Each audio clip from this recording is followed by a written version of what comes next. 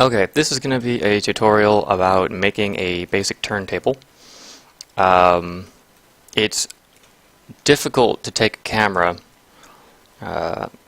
and animate it going in a perfect circle around an object without having odd curve issues and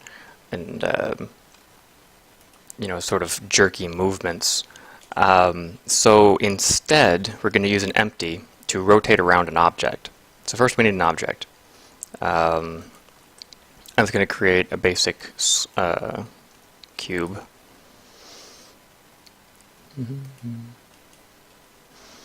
And since this is the turntable, I'm going to move it up and put it on just a plane as a floor.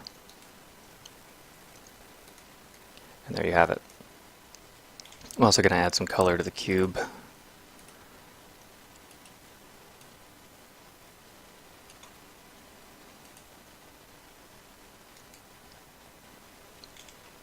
And the floor.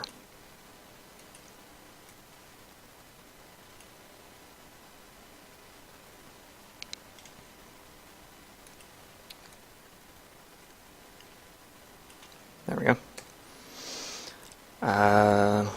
Now, we're going to add a basic empty. It's a plain axis. We're not going to do any resizing on it. And we're going to add a camera.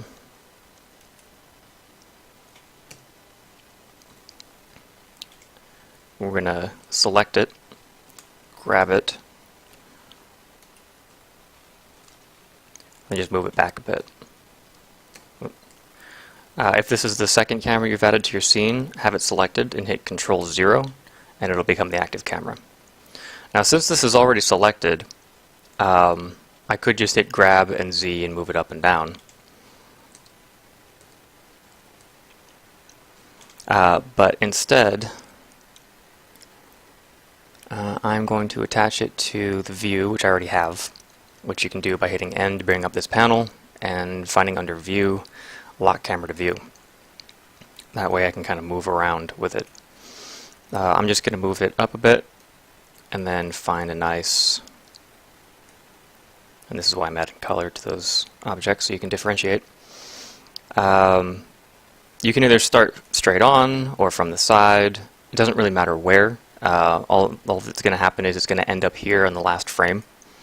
So if you want your animation to start off looking at it from a 3/4 perspective, or from straight on, or from the left or the right, just choose wherever you want it to start from and wherever you want it to end from. I'm going to have it start off from this area here.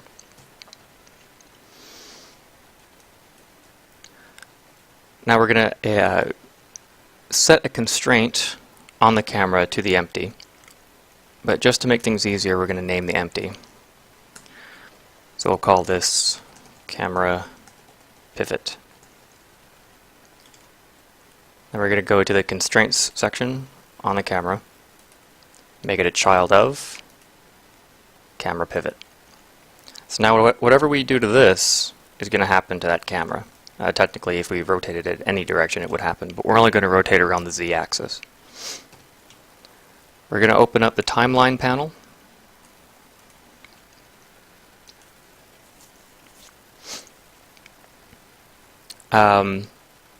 It doesn't really matter what the start and end is at this point. So I'm going to just start off a keyframe on the first frame and have a keyframe on the end frame. So I'm going to select the empty. I'm going to select location and rotation. You could do location rotation or location rotation scale, or just rotation. Any of the options that have a keyframe for rotation are fine. Actually, we'll just use rotation for this example.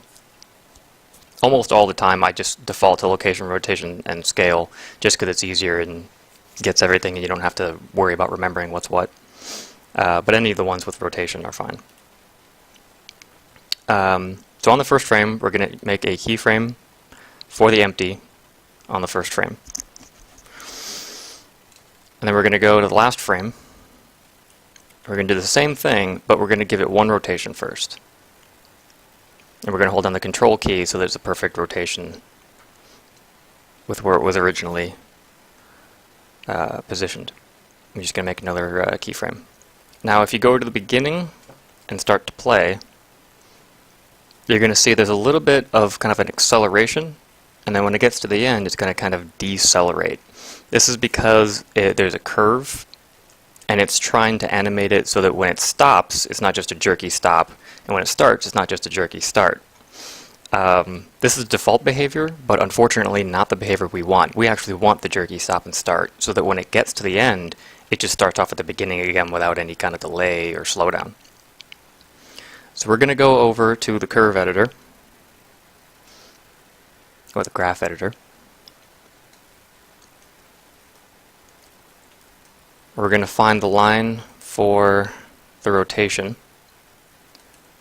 of the camera pivot.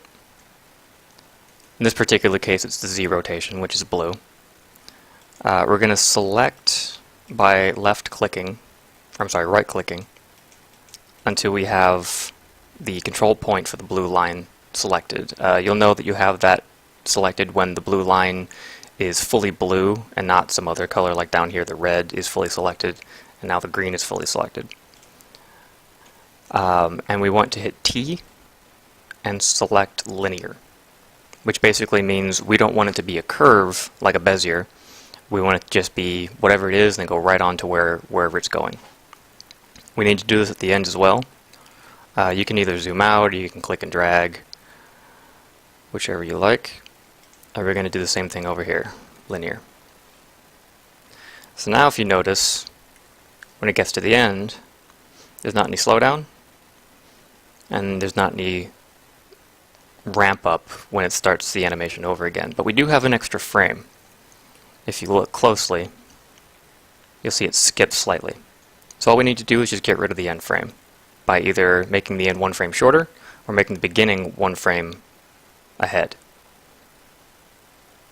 So to illustrate that, I'm going to turn all the frames back on again. I'm going to go back to the camera, and you're going to see when it gets to the end, it skips slightly.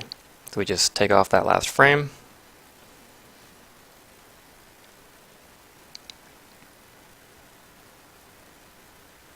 Perfectly smooth. I'm going to add the materials back on. And there you have it.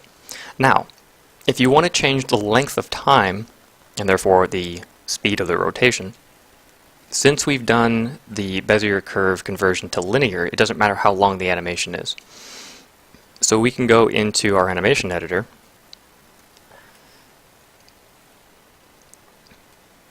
which is the dope sheet. We can select this last frame and just bring it over to wherever we want it, say 500.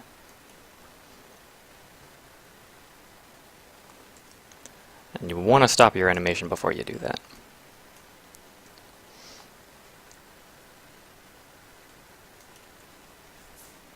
Now that you've done that, if you just play your animation, it will be slower, but it'll get to about halfway, or wherever 250 was, and stop.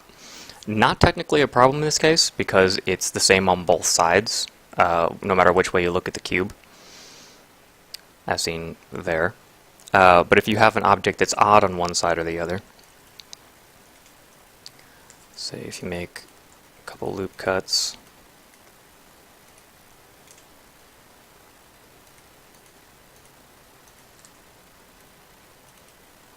extrude out one of these faces,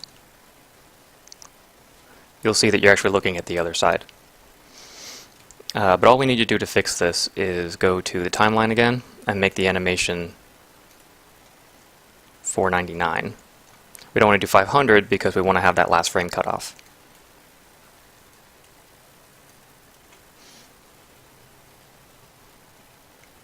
Oh, and that's another thing. Don't zoom in and out as you're moving around, especially if you don't want any keyframe issues. If you do any zooming, it'll freak out. So stop the animation, undo to get it back to where it was. If there's any movement in the camera. If you haven't actually keyframed anything, there shouldn't be any problem. But since the camera itself doesn't have any keyframes, wherever it is, like if you set it over here, will become the initial keyframe and stay there. So if you have any keyframes later on, it'll goof everything up.